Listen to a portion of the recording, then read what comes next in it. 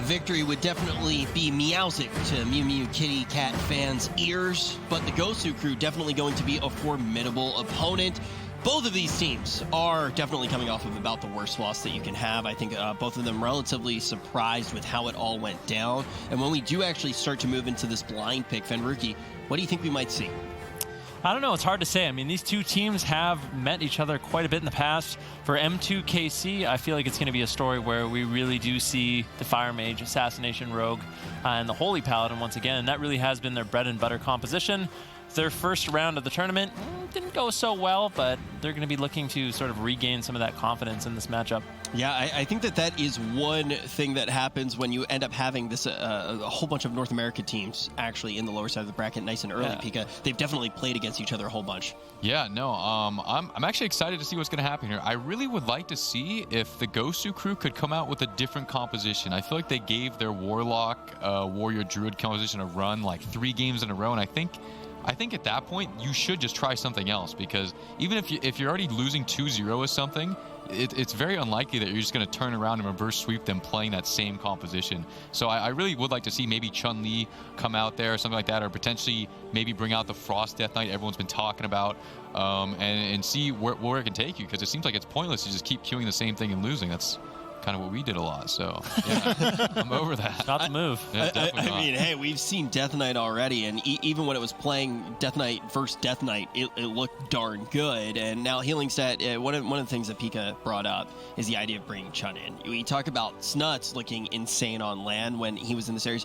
I feel like, we talk about Chan being insane on land. I feel like we can actually say the same about Chun as well. He's one of those players that stepped up in land time and time again. Yeah, I certainly think so. I mean, Chun-Li, for me, is he makes the boys, or the Gosu crew as they're now called. I really feel like he has been an MVP. I mean, at the end of the summer season, I think, did you have him as your MVP? Certainly one of us had Chun-Li as the season MVP, maybe the year, because I mean, sure, he didn't win, right? Like, Cloud9 won the season overall, but he was the big reason why they were number 2 and why they're already locked into the BlizzCon. So if they go out of this tournament, as Pika says, just running Warlock, Warrior, and stuff like that without even giving him a time to shine, I think it would be quite disappointing. It could definitely happen as well. Let's actually jump down to the floor and hear what's going on. Hey guys, before this matchup, I spoke with M2KC, and RubCub told me that they were really disappointed in their performance. Basically, they said they need to re-strategize, refocus, try and turn that negative attitude that they had coming after that first one game around. Also on the side of Thugonomics, I spoke with him, and he said, you know, they did have that first match 1 loss, and it was a tough matchup for them. They weren't really expecting to win, but they say that against M2KC that they think they have a lot better comps against them. So we'll see if they can turn it around. Back to you guys. I mean, yeah, nobody having a good day that's up on the main stage right now. Like, I think that's a very important thing to note. All of you guys have... Wow. Everybody besides me who's on the desk for the entire day has competed at a BlizzCon. It's true. How'd I get here? You also haven't lost a BlizzCon too, so we've both lost a couple. Yeah, I think Ben's the only one that's I've lost a couple too. Yeah, but you have to lose a couple to win a couple, right? Yeah. So I do want to say, though, how tough is that in a tournament to get knocked down first round? I think that really shows like the kind of difference in teams, like kind of the more veteran teams that have been around for a long time. The ability to get back up after maybe like a really kind of rough series, or like not only just losing a series, but maybe losing a series like really quickly, or in a way that's like, wow, we kind of just got stomped. Like, instead, like, you got to calm down, like, you got to talk to the team and like, okay, how are we going to figure out how to win this next matchup? And that's what people got to focus on. Which of these teams do you think is most likely to throw a curveball here, Ben?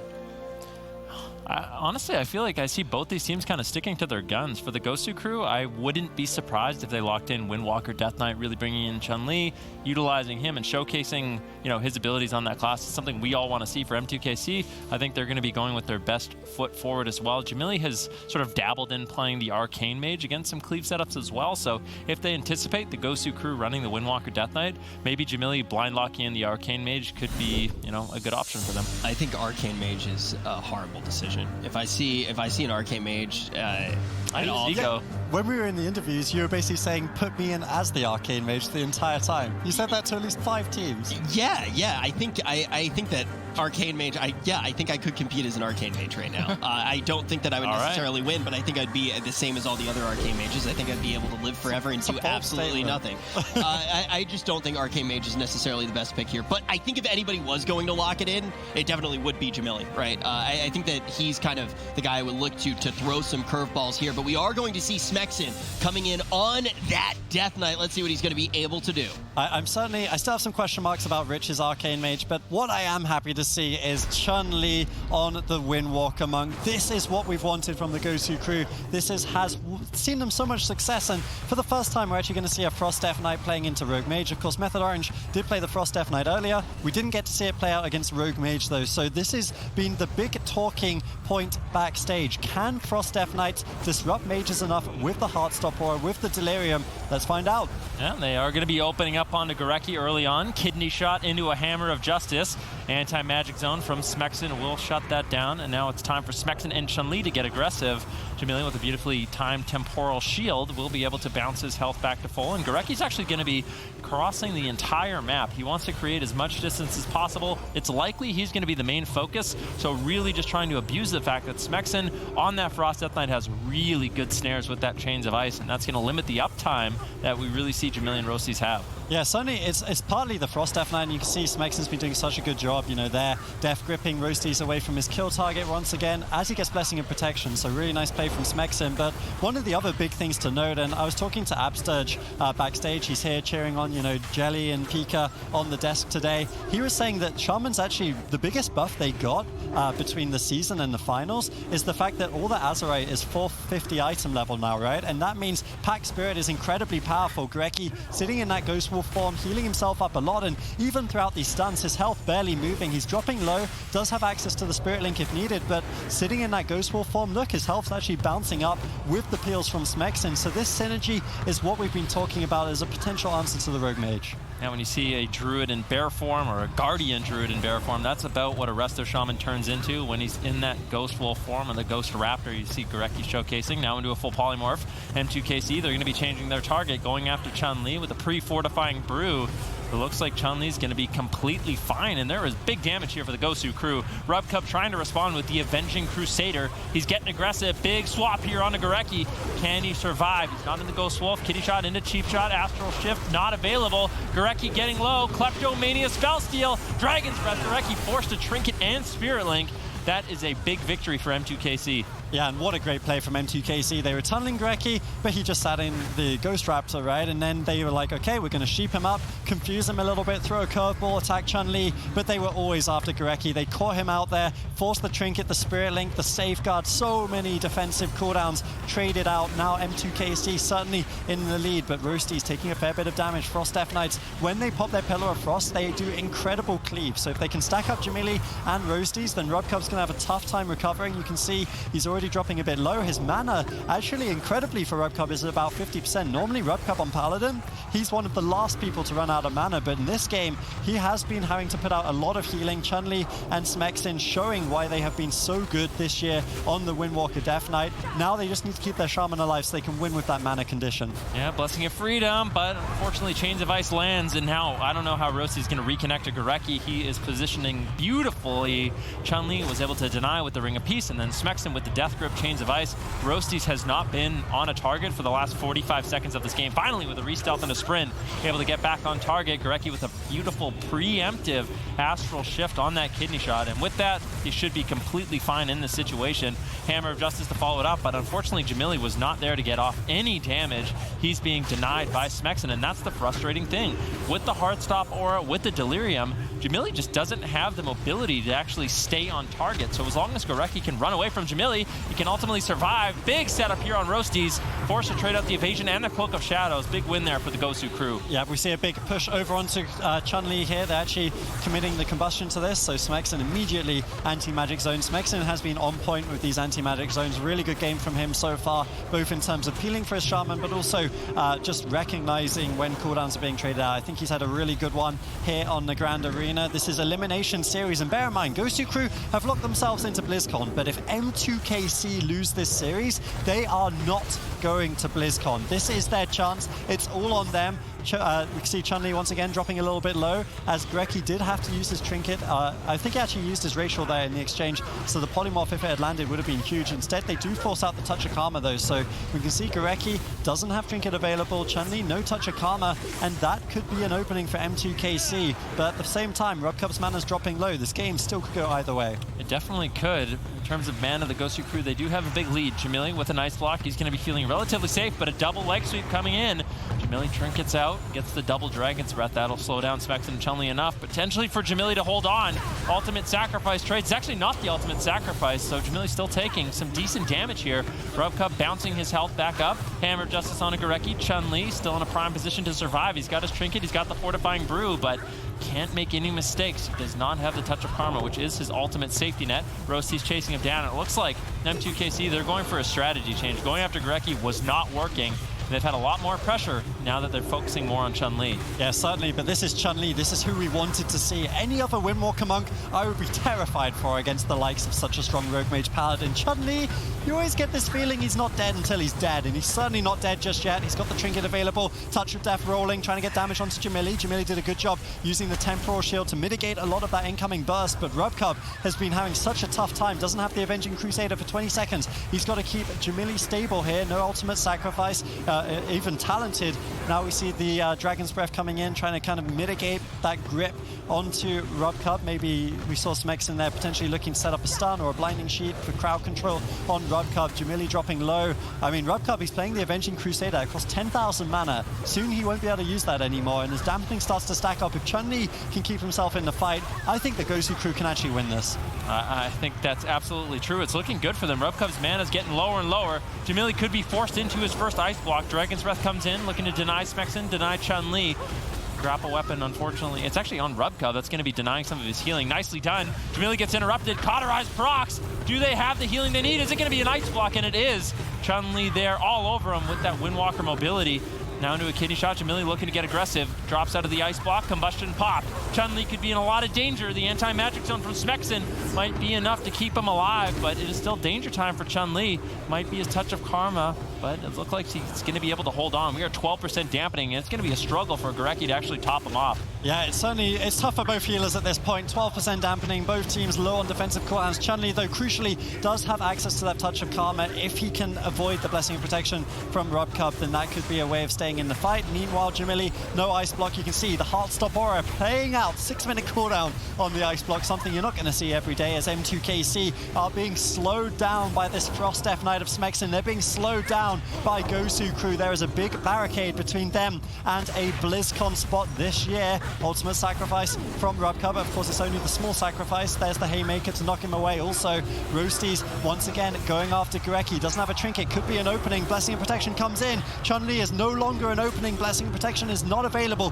for the Touch of Karma. They need to all in on Gorecki. This could be their last chance. Definitely Gorecki in midfield. He's caught into a stun. Kleptomania spell steal. Big damage. This could be the last opportunity M2KC really has. Death Grip onto Roasties, denies him any damage, gets out the Cloak of Shadows, he's trying to reconnect. Gorecki really struggling to stabilize. Astral Shift making him very durable, but now Jamili in a position where he can't really get any damage rolling, and I think if Gorecki can just camp Ghost Roll for right now, he's ultimately going to be able to survive. However, if M2KC, they can push in, they can easily take down Gorecki. Yeah, they could. This could be game. The only thing stopping them is Smexen. Jamili is not there to Klepto the safeguard, but it might not matter. So low health on Gorecki. Uses the Earthen Wall Totem, uses the Ascendance, his last lines of defense, but Rubcub had to use Divine Shield. He has nothing left in the bank, and Gorecki's ready to invest in a victory here in game one. He's so close, using the Ghost Raptor once again to get away. Chun-Li needs to deny Roasties. If they can get grip on Roasties, Smexen could potentially save his healer here, but he's polymorphed in deep field. This could actually still be an M2KC victory. Kleptomania on the Wolf, and the Gosu crew are in so much trouble. Gorecki getting lower, caught into a stun, there's nothing left. Anti-magic zone drops out for Smexen. Growth Silence. If they have any more damage, Gorecki will easily fall to Ghost Wolf, the last thing allowing him to survive. Still out of line of sight. He gets a big heal. It's the Battle Masters. Gorecki now, he needs to cross the map, and he needs help. They need to get Roasties off of him, but Roasties, does he have the Shadow Step? Is he going to be able to get back on target? No, unfortunately. Now Gorecki should be able to stabilize. Finally out of line of sight. Finally a moment to breathe, but what a close call. It was so close, and the Battle Master's still going to fall here, and Smegson is still in polymorphs. I think he's going to die anyways. We see the DR stun. Open wall totem before. Beautiful play by Gorecki as he trades out his entire defensive arsenal. This is so close. 30% dampening. Neither healer has anything remaining. M2KC playing for their tournament lives. The Gosu crew are playing for Method Orange at this point. Also, there's so many stakes here in North America. Lower bracket, elimination series. Gorecki, once again, he gets away, and Roasties is the one in trouble. Yeah, Roasty, he can't afford to get too aggressive. He's getting low. Chun-Li soloing him. Smoke bomb drops out. Kidney shot over onto Chun-Li. He trinkets out aggressively. They might be able to capitalize on that, but it's still Roasty on the back foot. Rubcub, he's got no mana. Is Gorecki going to finish him off? The Cloak of Shadows comes in. Chun-Li desperately flailing to get him down. Paralysis onto Rubcub, a full defensive blind coming in for Roasty. Actually diminishing return. This is a nightmare situation for M2KC, and it looks like it's going to be Roasties that ultimately falls. Nice defensive play by the Gosu crew. What a close match. Oh my goodness, yeah, and I think the main thing going through my head, Healing Stat was hitting on it quite a bit during the cast. The stakes are so palpable in the next two series. Like these next two series, the two elimination series of the day, can really determine BlizzCon for North America. Like the entire region could be decided here. One of the things that Healing Stat mentioned is the idea of Gosu crew actually playing for Method Orange potentially. We'll talk about that more. First, I want Pika to actually break down what happened and why Roasties went down. This ending was ridiculous. Gorecki finally pushing in for the sheer onto Rubcub at the end, and Roasties just out of cooldowns here, doing everything he can to try to kite this out. Chun-Li instantly trinkets to try to get the kill, which is very risky, but here it's worth doing. Roasties forced to use a DR blind on Chun-Li, and at this point, all Rubcub has is melee wings, and dampening is already so far in, and everything's on cheap DR, so at this point in time, there's nothing left. Yeah, and I'm going to go back to the stakes now, because when Healing Stat's alluding to the idea of Gosu crew potentially playing for Method Orange, Gosu crew, because of how well they've done throughout the year, where they currently are in the standings, if they are going to get a berth into the tournament, that's going to give Method Orange that bump to potentially actually get a spot locked in. When you look at the Mew Mew Kitty Cats, they're pretty much in a scenario here where they got to do it themselves, especially with how many North American teams we see on the lower portion of the bracket. We pretty much see them in a place where it's like, okay, if they get second, if they get first, they should be able to move on through. Now, the one advantage on the side of Method Orange is they still do have that potential to do it themselves as well. So they're not all of their eggs are in that Gosu crew basket just yet, but after we see both series, we'll have a really good idea of what our North American teams are most likely going to look like at BlizzCon. And I do want to just make sure everybody at home is aware of that as we actually are watching these games, because they're super important for the rest of the year and how this entire season is going to come together. Now, with what we've seen so far, how do you think the rest of this series is going to go, Ven? I don't know. I feel like we end up seeing these two compositions go head-to-head. There's the one thing that we haven't really seen from M2KC too much that we've seen in the past in the summer season is they actually busted out that Assassination Rogue Unholy Death Knight with Rosita Jones and then the Paladin of Rubcub. Maybe they want to try to emulate Method Black. Maybe they do bring in Rosita Jones playing the Frost Death Knight, and they could actually run that cleave setup that we saw Method Black implement against Method Orange, and they could use that to their advantage in this matchup against the Gosu crew, because it did seem like a really solid comp option. The question is, do you have the confidence to bust it out, especially if they haven't been preparing it? Because that game was really close, but I can't help but feel like if we keep seeing that matchup, it is going to be a Gosu crew victory. We haven't really talked about Rosita that much, and in my personal opinion, he's one of the most clutch players in the scene. Like, over and over again, you see him have, like, what was his team called? This was probably last year. I think it was For Fun, right? He's like, oh, yeah, I don't care. And then he ends up on the BlizzCon main stage bodying people. Like, when he gets in scenarios where he does need to really kick it up, he's always ready, even if he hasn't had a season where he is necessarily as practiced as some of the other players. And he's able to do it on multiple classes. I feel like, honestly, Rosita is maybe one of the most slept-on people in the World of Warcraft scene. I think he's an incredible player. No, I think so for sure. I think it's incredible that he's able to do, because what he's asked to do from his team is also not something simple, like especially looking back at the Cups when they decided to lock in that DK Rogue versus Sedu's team in Game 5 of the series. Like, sitting on the bench and then going into play is one of the hardest things to do as a player, because as your fourth player watching, you can't really do anything. You're kind of helpless in watching what's going on.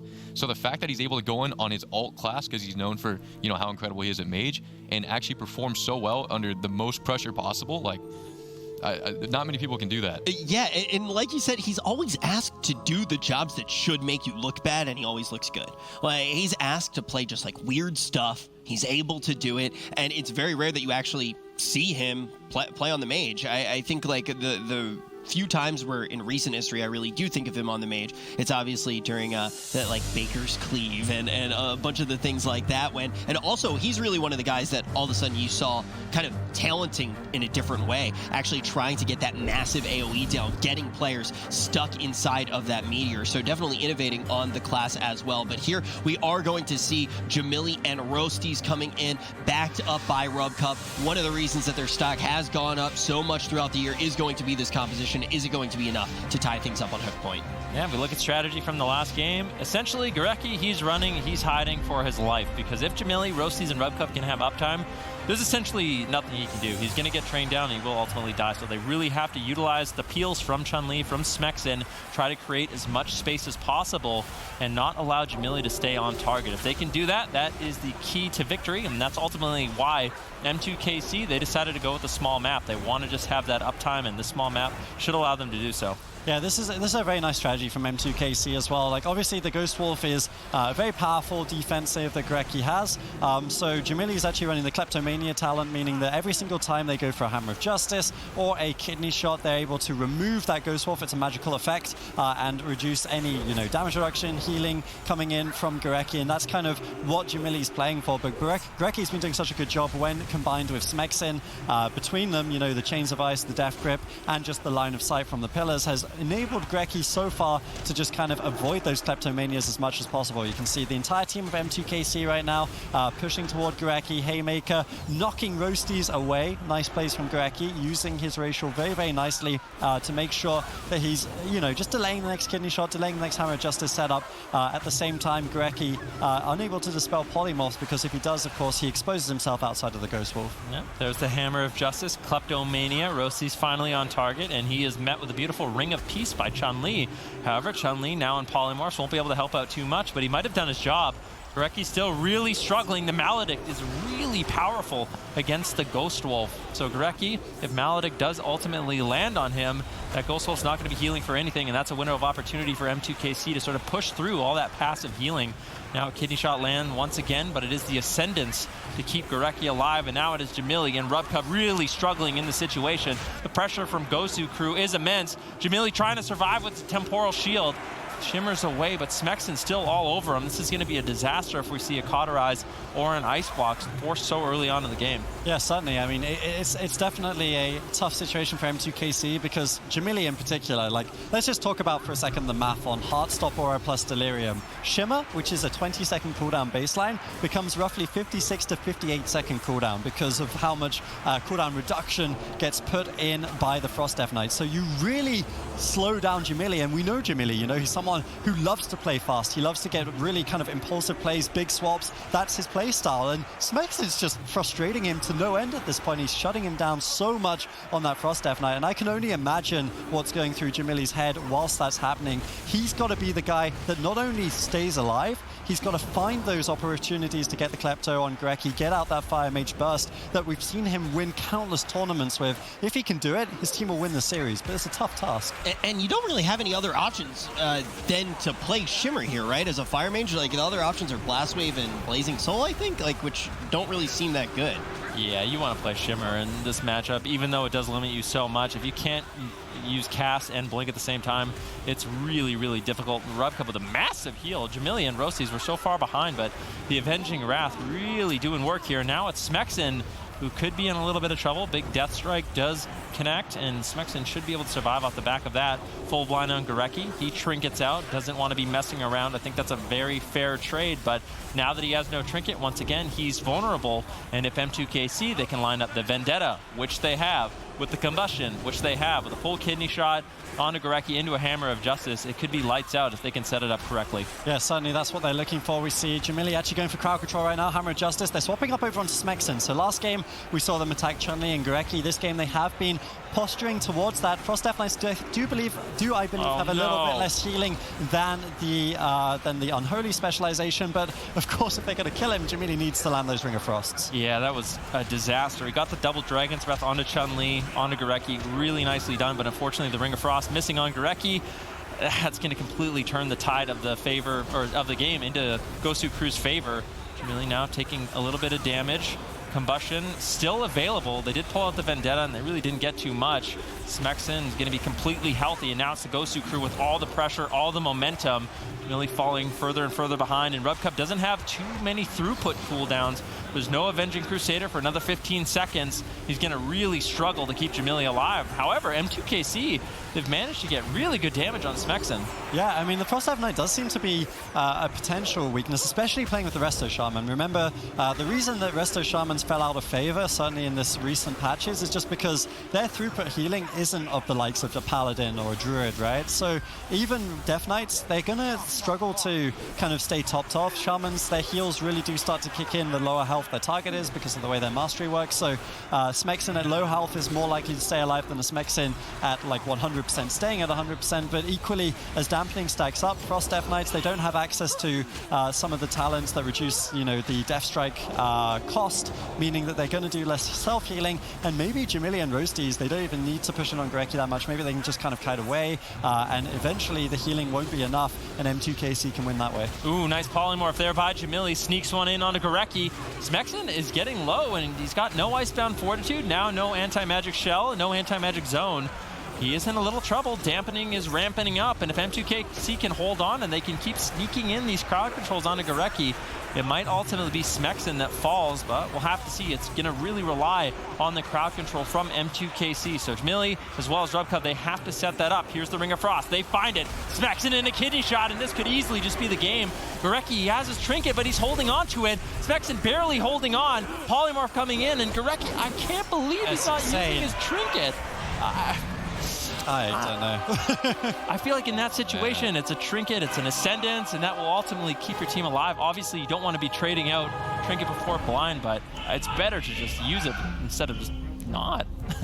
Definitely a little bit of a change in attitude here from Jack. Yeah, M2KC, I can hear them from here very easily, actually. Yeah, they're getting pretty hype. I mean, also, I think it makes sense right now. You know that both of these teams have been on a relatively low trajectory throughout this tournament. You may as well get in the other team's face and try to keep them down there.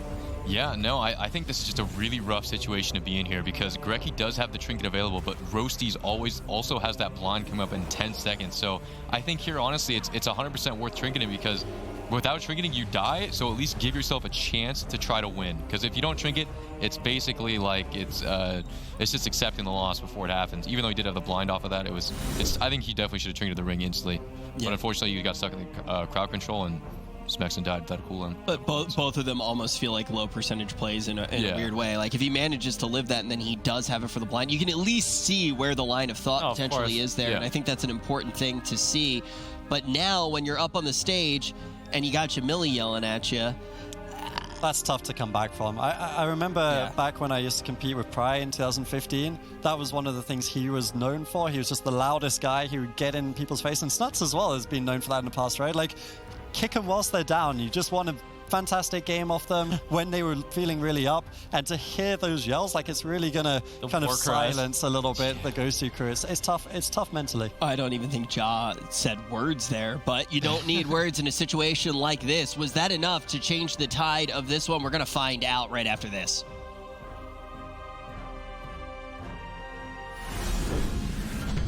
I respect some teams, but majority of them are kind of just boring, and not to mention majority of them are also like huge crybabies. You know, he calls me a crybaby. He cries on Twitter non-stop. I would say he's like almost the opposite of me. He's really defensive and boring, and I'm more of like offensive and in your face and trying to kill you. He's more just like sitting back, hiding. It's just everything he does is him crying. I can't stand him as a person. I have no problem saying that. He is the biggest crybaby that has ever existed in the competitive scene. as of now, I don't really think he cares too much because he has much more important things to worry about, like his family and a child. But I don't know. It seems like he actually does care a lot because he still gets really upset about it. If you're watching this, I don't like you. I'm never going to like you, and that's that. I just can't stand him as a person.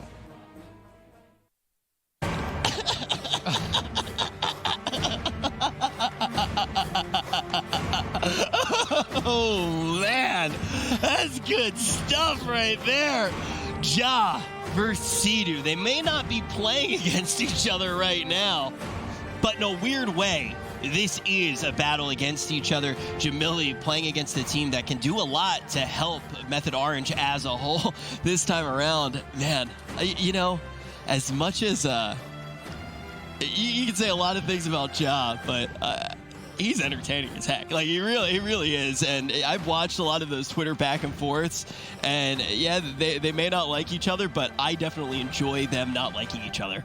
Yeah, I think it's hilarious anytime you see it. You can usually tell when it's going to happen. It's usually after a crushing 3-0 defeat in a tournament, or maybe a bad ladder session, or something like that. Something that just, maybe they have a bad day and they start going off on Twitter, and it's something everyone takes part in. I think everyone looks at links and everyone's like, yo, look at this, he's freaking out again. Yeah, it's good.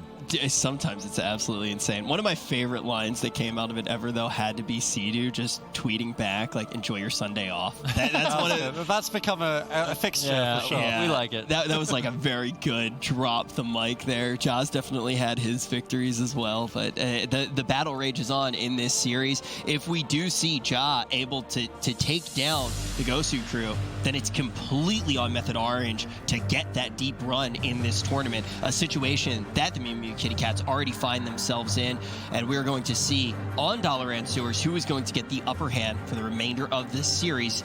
It's an elimination series between two North American squads. Yeah, certainly coming into this tournament, I think a lot of people were saying if Method Orange go to BlizzCon, it could well be off of a top 2 placing from the Gosu crew. More and more, I'm actually starting to think that Method Orange have got to do this one on their own, because the Gosu crew have been up against it. Obviously, they had a tough first series. Now M2KC are starting to find their footing in this one as well. And I mean, small map, large map, I think Jamili on this Fire Mage is a scary prospect. And if they can just tunnel Smex in, if the Frost Death Knight doesn't have enough self-healing, then M2KC could be able to wrap this one up. Yeah, Jamili looking like a knight in shining armor with that transmog. We'll see what he can get done. In the last game, going after Gorecki was not the best strategy. I really like that they adapted mid-game, went after Smex and kind of punished him for some of the aggressive anti-magic shells, these anti-magic zones very early on. And if M2KC can land the crowd control onto Gorecki, go after Smexen, all of a sudden, the Gosu crew's defensive strategy is not so simple. Yeah, certainly it's going to be tough, because the Gosu crew, they've now experienced all 3 strategies from M2KC. They've seen the Shaman dropping low, they've seen Chun-Li dropping low, and now they've seen Smexen actually die. So Smexen's the one I'm the most afraid of. Honestly, Chun-Li, whenever he's in the map, you think Windwalker's probably the kill target for an RM Paladin, but they just respect him so much as a Windwalker. This guy has been so good defensively. Ring of Frost coming in very defensively. A slightly odd one there from Jamili, maybe setting up something on Gorecki, but Gorecki actually walks into it at the same time as the Hammer of Justice, so overlapping a little bit of that crowd control. Nice little play there from him on the Resto Shaman. Irvin Shield Totem was also dropped preemptively. I think those sort of Ring of Frosts are kind of, I mean, back in the day we saw defensive Ring of Frost, but these days there's so many large cooldowns that you can use preemptively. Gorecki was just able to take the DR to the face and keep his team alive. Yeah, he was feeling good about that. Ring of Frost, unfortunately not able to get too much done. Jamili now looking for defensive polymorphs onto Chun-Li, slow down the game. What is M2KC going to do? We'll have to see. Paralysis on Rub Cup. Double stun coming in from Chun-Li. They're getting aggressive. An ice block. Nice. That was a really early ice block there by Jamili. Now Avenging Wrath going to be popped by Rub Cub as he's looking to bounce his teammates' health back to full.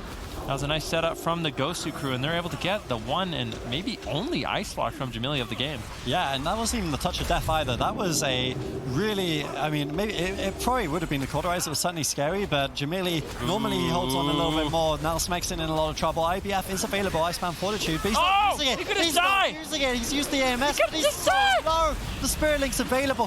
How on earth didn't he use more cooldowns there? Well, Death Strike and Anti-Magic Shell, really powerful defensive. That was such a close call. M2KC, I'm sure they cannot believe what just happened. Gorecki going to top him off with the Ascendants, but there's still a combustion available. There's a smoke bomb from Roasties.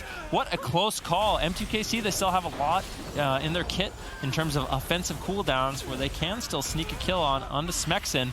Triple blinding sheet coming in from Smexen, pausing out the game. Double egg sweep as well. Nicely done here by the Gosu crew. They're looking to get aggressive. Do they have the damage? Jamili shutting down the Fists of Fury with the Dragon's Breath. Now a full Ring of Frost lands. Nicely done by M2KC. Smexen into a Garrote silence, but these Death Strikes, he's able to keep himself nice and healthy. Gorecki has the healing. He's got Spearling Totem as well as Trinket.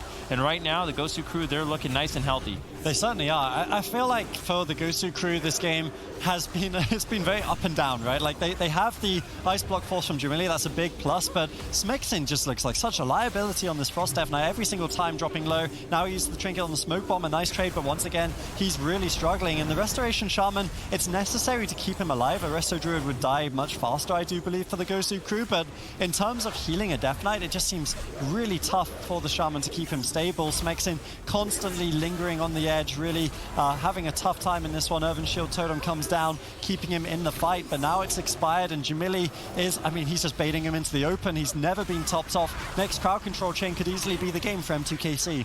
I feel like Smexen, if he's going to be main target in this game, I don't know if I agree with the Gnome decision. I feel like you get a lot more value out of being Human Relentless, but as I say that, Jamili getting low.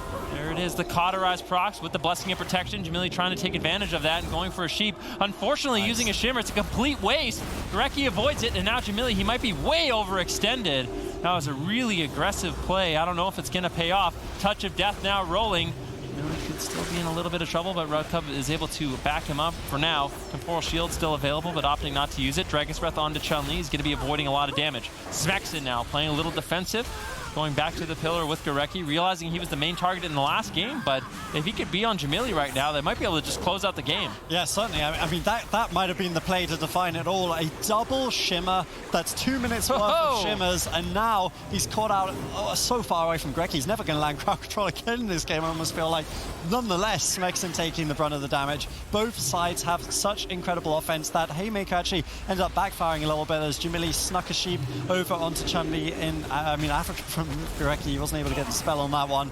Now Jamili is still the target of choice. He has very little uptime. Chun-Li actually, uncharacteristic mistake, falls off the side there a little bit, losing a bit of his time, but it should be enough. Incaps the Polymorph, able to deny crowd control over onto Gorecki, who has done a good job in this game, but his mana is actually starting to feel the brunt of all this damage on Smexen. It's not easy for either side, but M2KC, I still think they have an edge in this one. Yeah, M2KC, I mean, they've had good pressure. There's been a lot of moments on Smexen in this match where they could take him down. However, Gosu crew also doing a really good job. Nice Ring of Peace there by Chun-Li, knocking Jamili off the edge, making it difficult for Rubcub to actually get in line of sight. He's in a prime position right now. That was actually a really nice Transcendence by Chun-Li, looking for a quick Spear Hand strike, but unfortunately, Rubcub was able to get the Divine Favor off. That Aura Mastery effect denies the Spear Hand strike. Smexen getting low. Full Ring of Frost onto Gorecki. He's got the Trinket, he's got the Spirit Link, but once again, he's going to play it greedy. He's going to hold on. Battle Masters from Smexen. Anti-Magic Shell should be enough, but once that Battle Master fades, Gorecki's going to have to play catch-up. Yeah, he is. He uses the Ascendance and the Trinket to do it. Still has Spirit Link available, though. That was a lot of defensive cooldowns traded out by the Gosu crew there. We saw M2KC pushing in. They're looking for the kill once again. IBF is still available. Smexen is being so greedy with that large cooldown. It's a 3-minute cooldown. Reduces damage come, makes him immune to stuns. Spirit Link is available, but Gorecki's caught up in crowd control. Can Jamili get there? It doesn't look like he has a Shimmer available right now, though the Maledicts do come crushing in. You can see that on the little frame in the center of the screen. Smexen's in a lot of trouble. You can see everywhere, though. You can hear it in the arena as they're screaming for the kill. Gorecki gets caught up in a Dragon's Breath. Spirit Link is available. He does manage to connect it. A small gap enables the Gosu crew to survive. Yeah, the Gosu crew, they're able to hold on, and now they have to get aggressive. However, Jamili, his Ice Block has rotated back up, but still it's Smexen on the back foot. And Smexen has just been playing so defensive in the game. He's always low in the match. I wonder if the Gosu crew anticipated this strategy from M2KC. I really feel like they were prepared for Gorecki being tunneled down. Maybe that's what most Rogue Mage Paladins do to them, but going after Smexen seems to be a curveball that I'm not sure they're prepared for. Triple Blinding Sheet coming in, triple leg sweep. Nice setup by the Gosu crew. Roasty's getting low. He trinkets out faint Cloak of Shadows. That should be enough to keep him alive, but now Jamili also getting taken down. Rubcub, this is such a nightmare situation for him. Jamili with the ice block, able to keep himself alive. He's got the combustion. Are they going to make an offensive push? Smoke bomb drops down. Roasty's also low. Could easily be a cross kill. Roasty's getting lower and lower. Rubcub trying to keep him alive. Smexon holds on, and they're pushing in for the kill. Can Roasty survive? Can Rubcub keep him up? Jamili caught into a full hex. There's going to be no heals incoming, but that Blessing of Freedom might be enough for him to survive, but no, Smexon with the death grip takes him down, and the Gosu crew claim that game. And the last one, it was definitely Jamili who was getting hyped, but now I kind of want to look on the other side. This definitely has to feel good for Smexon. You talk about some of the bad blood maybe between Sea-Doo and Jamili, but I remember Kareki returning fire, but I mean, I remember a tweet not that long ago where Jamili was completely flaming Smexon, in particular on his Death Knight. He said Zug Zug and another word that I'm not going to say on broadcast. So Jamili, or what do you think it's like for Smexon to play against Jamili here, Pika? I think this is crazy that they were able to turn this game around. Roasty's actually got a crazy sap off of a Hodge, and all of a sudden they had to press every single defensive cooldown the Ghost Crew did, and then Chun-Li was just so aggressive this entire game, had the perfect in caps, perfect interrupts, great ring of pieces, and the haymaker actually onto Rubcub for the kill onto Jack. Yeah, that was absolutely incredible. What's it like for people who, you know, have that bad blood with Jamili? It goes with the territory. You know, Jamili, he's got a job to do at the AWC. He's kind of the bad guy. We've said it before. What's it like to actually be a player who's potentially playing against him, or to even be on a team with him when you know that about him? Well, once you play on a team with him, you definitely don't want to ever lose to him after that. As you can tell, Gareki getting a little excited there because we all played on a team together, actually. And Gareki definitely getting very loud after that win. And you hear it when you're playing. It's like, oh, man, I literally just did this to them, and then we just lost, and they're doing it back to me now. It's like, okay, so it just goes back and forth, and it just elevates the stakes and makes it just a grudge match at that point, too. Yeah, I wonder if, you know, is there ever any added pressure, though, when you have somebody who's gotten in your face and you don't want it to kind of come true in a sense? Do you think that might be something that's in the back of Smexon's mind? I'm sure it is. I mean, at the end of the day, you kind of got to shake that off because, I mean, trash talk is trash talk. We've seen Jamili trash talk basically probably every player in this tournament at this point, and I don't know how much of it is serious. I don't know how much of it is just frustration on Jamili's end. So I think for the most part, if you're going up against them, you just kind of got to shake it off, not really worry about it too much. But of course, it's going to feel good if you win against someone that's, you know, trying to tear you down. Yeah, I definitely think that, you know, Jamili's always trash talking. He's not always playing well. That's just it's kind of a fact, right? In this particular tournament, this is one where we really do expect him to play well as well. We've talked about how strong this meta really is for the Mew Mew Kitty Cats and how this team has come together. If they go down here, it's a pretty disappointing road for them, Healing Stat. Yeah, it would certainly be upsetting for them, especially since I think Mew Mew Kitty Cats, one of the things we were really excited for when we were talking, you know, analyzing what would happen this tournament is we actually thought that this Paladin version of the Rogue Mage might be the thing that can topple the top Rogue Mage Druids from Europe. And it's something that if Mew Mew Kitty Cats lose here, we're not going to actually get to see that, right? We saw Looney's team beat them, and now we're seeing Gosu Crew 2-1 up against them. I really wanted to see a series between Meta Black and M2KC because they still have bad blood over the spring finals in 2018, where Raikou wasn't there and Mew Mew Kitty Cats beat them. They made it to the finals of that tournament, eventually losing to Flapper's team. But that is a rematch that I think has been a long time coming as well. So there's so many things you want to see from M2KC. You know, you want to see them against Sea-Doo. You want to see them against Method Black. If they get knocked out here, maybe it just wasn't their day. Maybe these compositions are hard. I still think this is a matchup that they could easily win, though. I think the Gosu Crews just had some really good games here. I just think it's always exciting, too, when you see a team that really picks up late in the season and has that potential to just show up to the tournament and play well and potentially make it to BlizzCon and make waves. And I think that looking at the Mew Mew Kitty Cats, that's the most exciting thing about that team. Yes, all the drama, all the head-to-head matchup, those are all very exciting, but just the idea of a team figuring something out, perfecting it, and then making that long run to BlizzCon, it is very exciting. But the question is whether or not we're actually going to see something like that come to pass, or if we're going to see them get taken out here. And Pika, when we actually do look at this squad, oh no, we're going to see. Oh, I'm happy to see this, even if Rich isn't. I think the Arcane Mage actually, it's going to be interesting. I mean, M2KC, the Mage has been dying in the last couple of games, and now he should have the mobility to reach Gareki. theoretically. I don't know about this one. This is like, I feel like the last few games were just so close, and it seems like they found the strategy of tunneling into Smexen, and they were able to get way more CC chains and multiple setups. And I don't know about this pick. I would rather see Jamili on a Moonkin here than see him on an Arcane Mage. This is terrible. I never make my opinion. Why do you think it's terrible? He's not going to make any pressure at all. He's not going to do anything. I think he'll live a little bit longer, but I just don't think you have a win condition. You have some. Yeah. Let's step back a little bit, because we have seen Arcane Mages, in particular, this team utilize the Arcane Mage. It's not that bad. I mean, at the end of the day, at least have spell steal, and you can be removing, both the Riptide as well as the Earth Shield consistently in the game, and with an Assassination Rogue and no effective heal over time effects coming in from the enemy healer, you can generate pressure. And not only that, if Jamili's left alone, he can get big Arcane Blasts off, and if he gets lucky getting clear casting procs, he can get big missile damage. So I don't mind it as much as you. You seem to really not like the Arcane. Hey, man. You don't know what goes down at 1500, bro.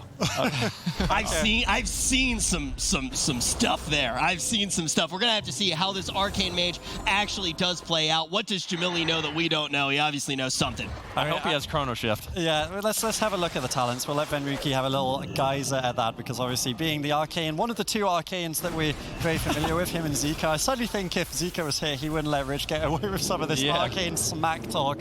Let's see if Jamili can hold up to it, though, because this is the biggest map in the pool. Arcane, of course, one of the greatest strengths is that it has so much mobility, even against the Frost Death Knight. If he can outrange the Delirium, then it can actually be dispelled by Rubcub as well. It is a disease, so potentially that could actually mean that there's a lot of shimmers available for Jamili if he's not a kill target. I actually feel like this crowd control can still land. They can still have pressure on Smexen, but without Jamili just taking a truckload of damage the entire game. Yeah, I don't mind the Arcane pick. It's what I would do if I was in M2KC's position, especially on this large map.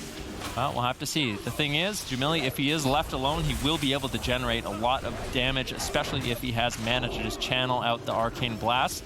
As well, he is playing the Chrono Shift, so every time he uses an Arcane Barrage, not only does it put a physical snare up on whoever it hits, it also gives Jamili a temporary sprint effect, and that, with Blessing of Freedom, allows Jamili to start creating some distance in the game.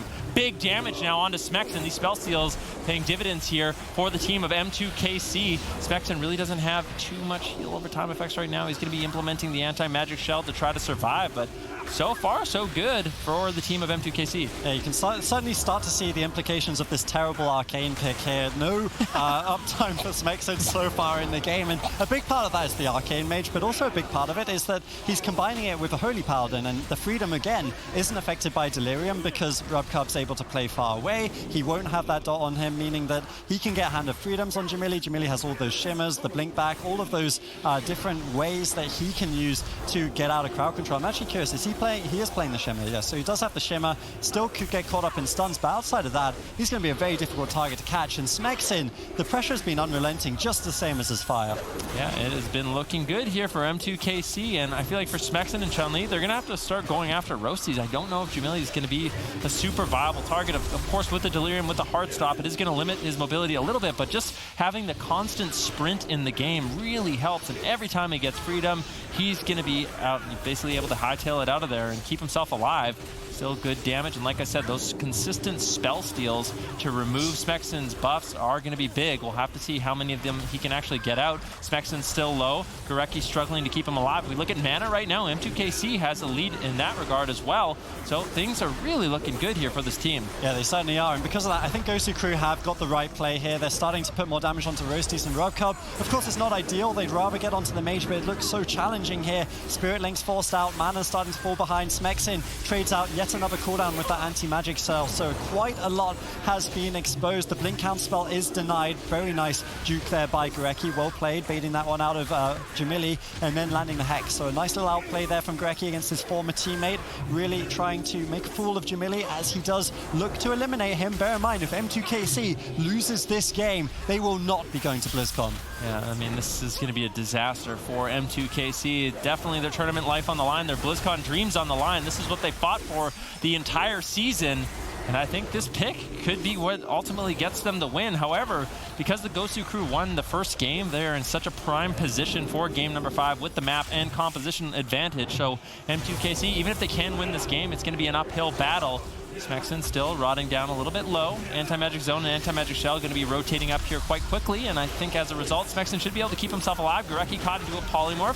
Jamili's been able to get a lot of these polymorphs off onto Gorecki, sniping them. Roasty's moving in, gets the sap into a Garrote Silence. Smexen still low. Good burst damage here for M2KC. Smexen still trying to get on target. The Battle Master going to come in and increase Smexen's health, and that should be enough for him to survive the stun. Yeah, the Battle Master, of course, giving Smexen a huge inflated health pool. The reason that all the players have started running it, you can see it on the extension, you can see it in the center of the UI as well, down the bottom of our new frame. The reason they're running it is because there was a nerf to Safeguard. It's now a 3-minute cooldown as opposed to a 2-minute cooldown on the regeneration. So Battle Master just trades better. It's a bigger health advantage. And in the slower meta, it's very unlikely you'll die before getting your Battle Master off. So it means Smexen feels very confident that he used it to survive there. But this is a scary situation. Vendetta is up. Smexen is potentially down again, holding on to the Icebound Fortitude. I can't believe he didn't trade it out. Also, the Anti-Magic Zone as well, sorry, was not used there. Really incredible, considering that was Vendetta. He was so low on health. Smexen has been really ballsy with some of these holds that we've seen from him in this series. Ultimately, he does survive, but mana heavily in favor of M2KC. This is their best map for the Arcane Mage, but it is looking really good, and it's looking like we could go to our first game 5. I think we will ultimately see it. Smexen still rotting down low. There is no Anti-Magic Shell. Gladiator's Maledict lands from Rubcub. All 3 members pushing in. They're trying to take down Smexen. He's caught in midfield. What is Gorecki going to be able to do? He pops the Ascendance. Smexen, how are you alive? Icebound Fortitude, Anti-Magic Zone, everything. Supernova being thrown out there by Jamili to try to interrupt the heal, but Gorecki, he just does not have the throughput. Smexen, how are you alive right now? Spell Steal after Spell Steal, removing all those heal overtime effects. Riptide not being able to do anything. Smexen finally gets out the Anti-Magic Shell. They're trying to get the damage rolling on Jamili, but I just don't know how the Gosu crew is going to win this game. Yeah, suddenly that Riptide buff's looking pretty good for Jamili's health bar right now, as every single one has ended up on the Arcane Mage. Smexen, I cannot believe he's still in this fight. Meanwhile, they're actually getting counting pressure on Roasties. Rubcub forced to use his sacrifice, but another full polymorph is snagged. Jamili is on fire in this game. He's really back, looking to cause an upset here for the Gosu crew. They need 2 victories, but they're close to 1. Kidney Shot comes in, Touch of Death. They need to respect this offensive push from Chun-Li. We talk about Jamili. Chun-Li will not be silenced here either. He has a lot of damage and a very capable player behind that keyboard. So we've got to see if he can make something happen here. Maybe a kill onto Roasties, who doesn't have his evasion right now. Smexen has actually recovered, though at the cost of Gorecki's final mana. 11% dampening. Certainly still an uphill battle for the Gosu crew. Yeah, touch of death play there by Chun-Li, but Jamili with that greater invisibility, able to reduce all of that incoming damage and basically not going to be taking anything. Smexen's still low, but that's been the story of the game. 12% dampening. Gorecki completely tapped on mana. M2KC in a dominating position right now. Arcane Power is available for Jamili's, but he's caught in a stun. He's getting bursted down. He's got no ice block. This is actually really scary here for the team of M2KC. They don't want to throw away the game at this point. Once again, Chrono Shift with Blessing of Freedom allows Jamili to get some distance, and he is just spamming out the Arcane Blast. He can get a big barrage of missiles. Smexen could fall. Another polymorph onto Chun-Li. Big incoming damage. Hammer of Justice onto Gorecki, and I don't think Smexen's gonna get up this one. Maybe. I mean, Battle Masters, that's a Spiraling Totem as well. The lots of defensive cooldowns rotating up there for the Gosu crew, but they're forced to trade out all of them. Yeah, and it's still the Maledicts. The Battle Master's going to fall. I think he's still going to die here. Jamili is just chaining Arcane Blast. I mean, he doesn't have an ice block, but there's no one near him. Smexen falls, and we're going to game 5. And this is exactly why you want to play an Arcane Mage in a situation like this. It's going to have so much to shut down that Death Knight. Yeah, and Pika, let's take a look at just how good an Arcane Mage can be in a situation like this. It looked like Arcane was absolutely the choice there. It seemed like the Gosu crew were on the back foot that entire game. Honestly, I think they could have won that. Just they kind of overlapped defensive cooldowns at a couple really crucial moments and had to just literally press every single button. And just the constant pressure from the team of M2KC is especially when dampening's kicking in, it's just it's impossible to recover when you don't have those cooldowns. Yeah, very good call by Jamili there. Now the question is, when we do get into the fifth, when we get into the fifth game, what do we expect to see? Is it going to be more of what we saw in this fourth game, or with information, do we expect some things to change here, Ben Rookie? Well, here is the main problem for Jamili and the Arcane Mage dream is if they lock in an Arcane Mage, I think we're going to see a Thugonomics come in on a Destruction Warlock, and that's essentially your worst nightmare as an Arcane Mage. I mean, it's a matchup you can win, but I feel like it's not going to play into the strengths of M2KC. If they do lock in the Arcane Mage and they're against a Destruction Warlock, they're going to have to play very passive, very defensive, and I don't know if that really plays into their playstyle. Yeah, do you think, though, that honestly the only time that Arcane Mage does make sense is up against the Death Knights right now, or does it have some more flexibility in your opinion? I mean, I think you can win. It's not necessarily the best choice. I think a Fire Mage would probably be better, or a Frost Mage into a Warlock, but unfortunately M2KC, they're in a position where they don't really get the luxury of picking what they want. They basically have to put their best foot forward. I think it's really difficult for them, though, because if they do lock in the Fire Mage, although they did have close games, I feel like the Gosu crew will win game number 5 if they do that. A strong game, but not necessarily in the strongest position for the Mew Mew Kitty Cats. We're going to have to find out when we get to game 5 who's going to take the series.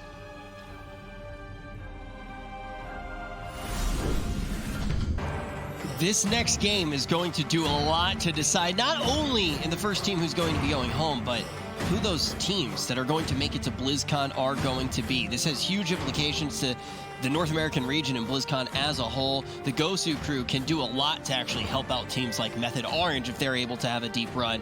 And the Mew Mew Kitty Cats, if they aren't able to have a deep run, if they aren't able to get first place in this tournament, most likely you're not going to see them at BlizzCon. My name is Rich. I'm going to be your host. I'm joined by Pika, Healing Stat, and Ben Rookie.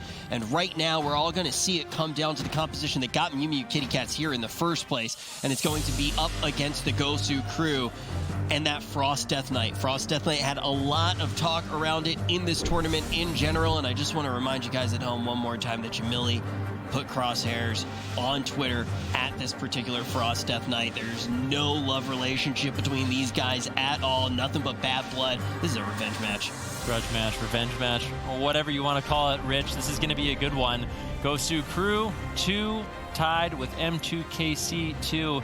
This game, I mean, there's so much on the line. Like you kind of said, Rich, for M2KC, if they lose this, their BlizzCon dreams are completely gone. Their year is over.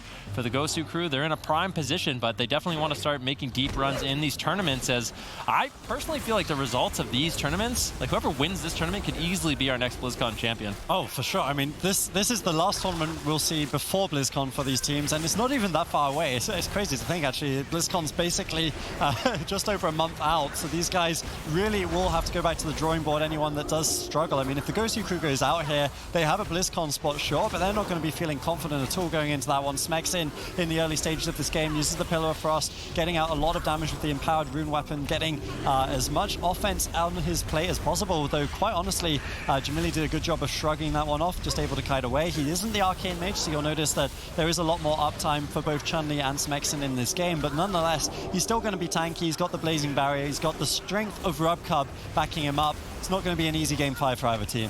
Yeah, Smexin grips in Jamili, but I can't help but feel like it's a bit of a mistake, especially if he has the Blessing of Freedom up. However, finally, Smexin Chun-Li, you're going to be able to get some damage rolling onto Jamili. Rubcub bounces his health up quite quickly. Gorecki caught into a Ring of Frost. Smexin low. He's traded out the Icebound Fortitude. There's the Dragon's Breath. Smexin still getting lower and lower. And they close it out. M2KC all-out aggression. This is what we know this team for, and they are able to secure their spot in this tournament and avoid being eliminated. That was absolute ridiculous obliteration. It just sent the Gosu crew to the Shadowlands or some nether region. I don't even know what to call it. But let's take a look at how that happened, Pika. That was absolutely nuts. That was so clutch by Rossies there at the end, securing the Garrote to get the game-winning kill right there for his team. Oh my goodness. All these little micro CCs added up to the point that Gorecki had just had no time to press even a single button at that point. And he's already low enough from all the damage coming in that was it. Okay, well, I definitely hope we get an interview from somebody like John after this one. Let's take a look at that game. I'm pretty sure we can run the whole thing back. So let's run it back. Pika, anything jumping off the page for you? Yeah, so we've got instant CC onto Greg here with that Hodge, and Smexon's already half HP with that AMS almost all completely gone, and beautiful sap from Roasties off that Hodge, and that's this is that CC chain on why it's happening. Full kidney on Smexon here, and also Jamili securing that re-CC as well. And at this point, it's so little. Here comes Dragon's Breath into the Vanish Garrote from Roasties. Boom, cannot Spirit Link, and Smexon dies in that Garrote. Crazy. I kind of can't believe it. I feel like I don't want to be overly critical because, I mean, the Gosu crew have been such a strong team, obviously the boys throughout the whole year, but Smexon, he's dying really fast on the Death Knight. Like, when we look at Swapsy or we look at Mez, like, these guys have been so good. And I mean, Smexon, we commended him endlessly in Game 1. He was fantastic at peeling. He was fantastic using his Death Grips to play for his other teammates. But when it comes to him being targeted, as soon as they started doing that in Game 2 or 3 of the series just flipped on its head. I don't know if it's because Frost Death Knights truly have much less healing than Unholy, or if Smexon is really struggling when he's the pressure point for his team. It's just even just little things like being a gnome, to me, makes no sense. Yep. Why would you be a gnome over human Relentless if you're being tunneled down the entire game? Like, the value you get out of, you know, Relentless as well as Every Man for Himself versus Escape Artist it's massive. Now, I definitely think that those little things that seem so small, I'm not talking about gnomes here, but those tiny little decisions are going to have a huge impact, especially on the stage in a situation like this. And to hear about how that all did stack up, let's talk to RubCup. Hey guys, I'm here with RubCup. Now, you won that last game pretty quickly. What happened during that match? We just knew that, it was just momentum based, to be honest, and we found out some more things while we were playing, what we can do, and we just had a really good Mallet go, and he couldn't use anything and died, so yeah. Now, you picked up that Arcane Mage in the middle of this series, and you really were able to turn it around with that. What was the decision behind that pick? Well, we played Arcane a lot before, even in the last cups, and we know it's good, but we can't really just like always play it. It's only as good into certain things, so we knew we'd probably win that matchup, but Fire is pretty good as well. Now, you go on to either face Method Black or Cloud9ers. Is there a team out of there that you'd rather win or face? Not in particular. Still have to beat everyone in the tournament, so whatever's next. All right, well, thank you so much and good luck. Back to you guys at the desk. Yeah, I think at this point, if you are, that's the exact mentality that this team needs to have, because they need to beat anyone they play against. It's as simple as that. Like, they need to be getting to that grand final if they want to have a realistic shot at BlizzCon. There's probably some crazy scenarios that could potentially happen to put them in, but they're falling off very quickly when you have less and less NA teams involved in this tournament. And when we look at the lower bracket in general, and we know that a lot of these North American teams are going to be sent home, that's just the way that it's going to all shape up. Now, we're going to have one more elimination series coming up, and then after that, it gets back to kind of more relaxed matches in the upper side of the bracket. This could be another North American team going home, or we could actually see an EU team drop out. Let's start to think about that next matchup and what the bracket really does look like. I mean, at this point, it's definitely going to be a struggle for North America. The next matchup should definitely be an interesting one. I'm curious to see what compositions we really do see for Method Orange. I mean, they locked in the Windwalker Death Knight. They try to bring in Sam I Am. They do have multiple compositions at their disposal, but I mean, one thing's for sure, going up against Team Prismatic, it's going to be difficult. Team Prismatic, they've been a team that have been able to run that Rogue Mage Druid quite well throughout the entire year. They finally have their 4-man roster. For Method Orange, are they going to be able to find success with that Frost Death Knight? Because I predicted Method Orange to win the entire thing. I really believed in that Frost Death Knight. It seems so strong, but both these teams, I mean, you look at the Gosu crew, they're eliminated from the tournament. Method Orange, they're in the lower bracket, so we'll have to see what exactly they can get done. Maybe they have to implement Trill on a Demon Hunter. I'm really not sure, but I think this is going to be a really difficult match for them. This is no shade at Prismatic, but when you do just look overall at the Rogue Mage teams that you have, this is probably one of the easier ones to play into. Like, is that a good thing on the side of Method? The way I see it is for Team Prismatic is they're inconsistent. I mean, on one day, they'll be as good as Method Black at playing Rogue Mage Druid.